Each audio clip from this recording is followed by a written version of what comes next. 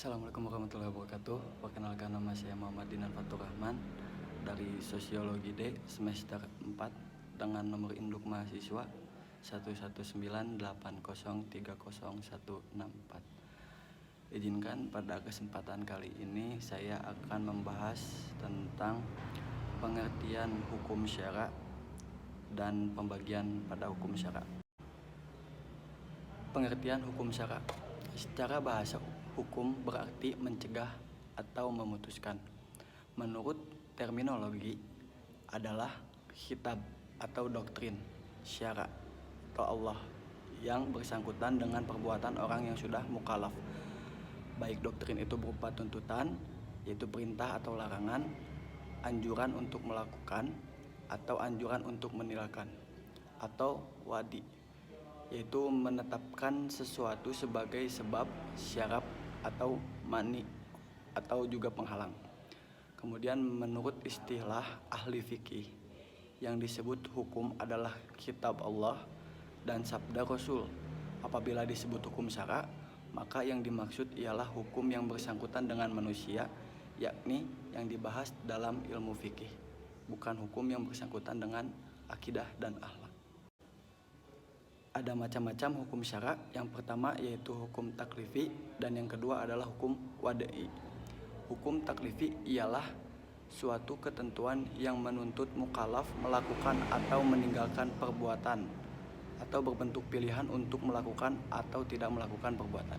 Kemudian hukum wadai adalah ketentuan Allah yang menetapkan sesuatu sebagai sebab, syarat, mani, ruksah atau azimah, sah dan batal.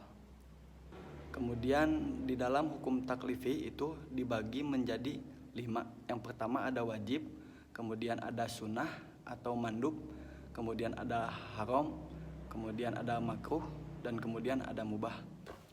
Begitupun dengan pembagian hukum wad'i, ada 5. Yang pertama ada sebab, kedua syarat, ketiga mani atau penghalang, yang keempatnya rukhsah dan azimah, kemudian yang kelimanya sah dan batal. Mari kita jelaskan satu persatu pada pembagian hukum taklifi. Yang pertama ada wajib. Yang dimaksud wajib ini adalah ketentuan suatu perintah itu harus dilakukan oleh mukallaf sesuai dengan petunjuk yang telah ditentukan. Konsekuensi dari hukum wajib ini akan mendatangkan pahala jika dilakukan dan akan mendatangkan dosa jika ditinggalkan. Contohnya sesuatu yang hukumnya wajib seperti ini adalah sholat, berpuasa, membayar zakat, menunaikan haji bagi orang yang mampu, dan berbakti kepada orang tua. Berikut merupakan contoh dari pembagian hukum taklifi wajib. Kemudian ada mandub atau sunnah, yang secara bahasa mandub adalah sesuatu yang dianjurkan. Secara istilah ialah perintah yang datang dari Allah untuk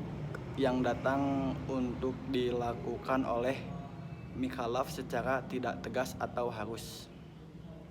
Konsekuensi dari mandub ini jika dilakukan akan mendapatkan pahala dan tidak mendapat siksa atau celaan bagi orang yang meninggalkannya. Contoh dari perkara mandub atau sunnah ini seperti mencatat hutang, sholat sunnah, dan mengucapkan salam. Selanjutnya dari pembagian hukum taklifi ini ada haram, yang secara bahasa berarti sesuatu yang lebih banyak kerusakannya dan sesuatu yang dilarang. Konsekuensi dari haram ini ialah bagi seseorang yang mengerjakan akan mendapat dosa dan kehinaan, dan sebaliknya bagi orang yang meninggalkannya akan mendapatkan pahala dan kemuliaan. Contohnya seperti berzina, mencuri, meminum minuman keras, membunuh tanpa hak, memakan harta orang dengan zalim, dan lain-lain. Selanjutnya ada makruh. Makruh ini berasal dari kata kahira, yang maksudnya sesuatu yang tidak disenangi, dibenci, atau sesuatu yang dijauhi. Secara istilah makruh ialah sesuatu yang dituntut syara kepada mukallaf untuk meninggalkannya dalam bentuk tuntutan yang tidak pasti.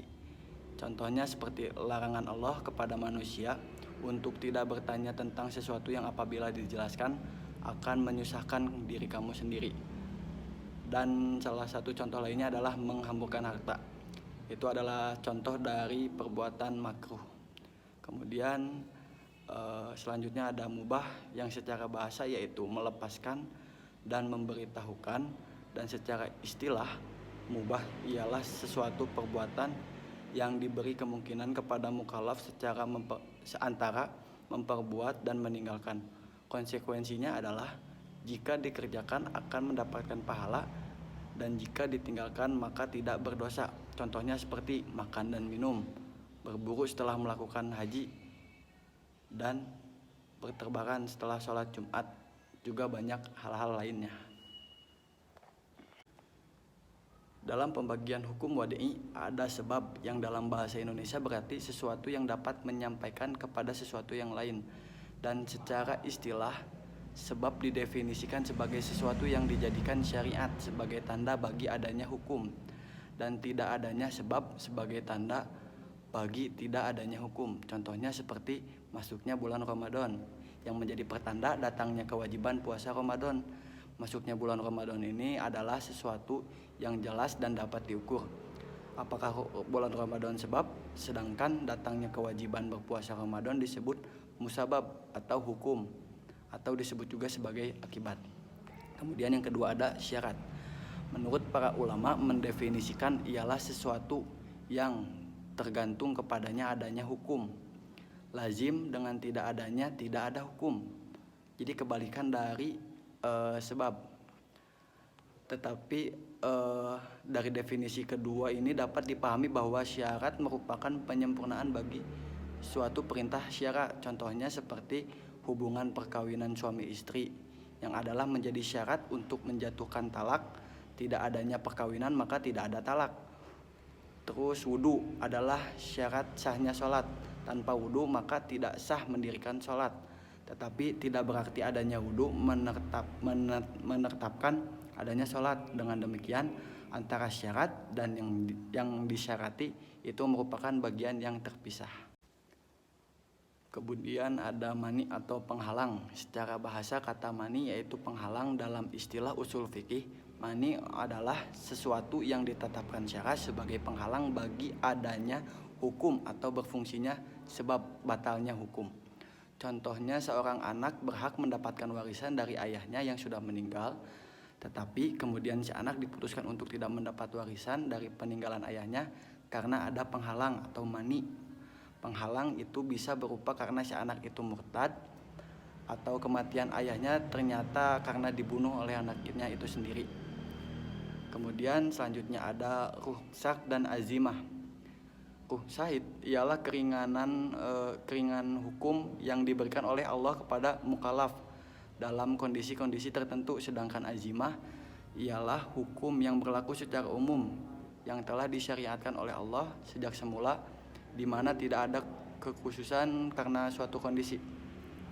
Contohnya seperti sholat 5 waktu yang diwajibkan kepada semua mukallaf dalam semua situasi dan kondisi. Begitu juga kewajiban zakat, puasa yang merupakan semua kewajiban ini merupakan berlaku untuk semua mukallaf dan tidak ada hukum yang mendahului hukum wajib tersebut. Kemudian yang terakhir ada sah dan batal. Secara etimologi kata sah atau sihah merupakan lawan sakam yang berarti sakit. Istilah sah dalam syara digunakan dalam ibadah dan akad muamalat, yang yaitu suatu perbuatan yang dipandang sah apabila sejalan dengan kehendak syara, atau perbuatan mukallaf disebut sah apabila terpenuhi rukun dan syaratnya. Sedangkan istilah batal yaitu tidak tercapainya suatu perbuatan yang memberikan pengaruh secara syara, yaitu sesuatu perbuatan yang dikerjakan mukallaf apabila tidak memenuhi ketentuan yang ditetapkan syara, maka perbuatan disebut batal. Dengan kata lain, suatu perbuatan yang tidak memenuhi rukun dan syaratnya, maka perbuatan itu menjadi batal. Jadi pada kesimpulannya, secara garis besar, hukum syara adalah seperangkat peraturan tentang tingkah laku manusia yang ditetapkan dan diakui oleh suatu negara atau kelompok masyarakat dan berlaku dan mengikat juga untuk seluruh anggotanya. Pada kesimpulannya, hukum ini yang termasuk hukum syara itu adalah sebagai berikut. Yang pertama, hukum taklifi, yaitu titah Allah yang berbentuk tuntutan atau pilihan. Dengan demikian, hukum taklifi ada 5 macam, yaitu wajib, mandub, haram, makruh, dan mubah. Kemudian yang kedua ada hukum wad'i, yaitu perintah Allah atau titah Allah yang berbentuk ketentuan yang ditetapkan Allah, tidak langsung mengatur perbuatan mukallaf, tetapi berkaitan dengan perbuatan mukallaf itu sendiri, seperti tergelincirnya matahari menjadi sebab masuknya waktu zuhur. Ketentuan syariat dalam bentuk menetapkan sesuatu yang sebagai sebab, syarat, syah, batal, ataupun fasid.